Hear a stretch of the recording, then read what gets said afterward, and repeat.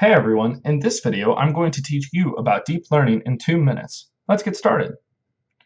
Deep learning is a subset of artificial intelligence that can learn by classification or pattern analysis through a layering mechanism.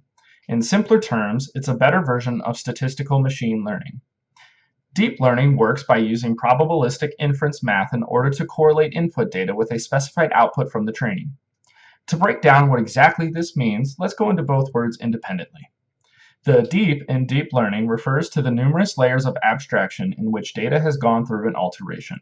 The learning in deep learning is a neural network that attempts to mimic how a brain works at a neuron level, hence the name neural network. A neural network has two layers of several artificial, fake neurons. The first layer is the input, then there could be a variable number of layers after the input, and then finally the output layer.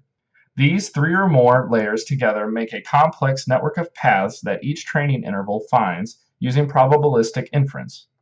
After each training iteration, a new iteration begins with the previous paths as a guide for the next training iteration.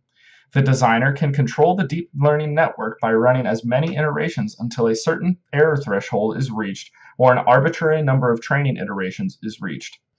Deep learning has made room for significant improvements in voice recognition, advertising, and even fraud analysis by means of an anomaly detection network.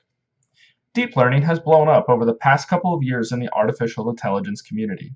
Big data has been a big requirement for deep learning to have a meaningful impact on a large scale. Smartphones, laptops, smartwatches, or any device that can collect and transmit data has contributed to the big data. Millions of images, sounds, and other input data has allowed these neural networks to produce fantastic results with a minuscule amount of errors. Deep learning does have a limit, however, and intellectual tasks are still impossible to automate.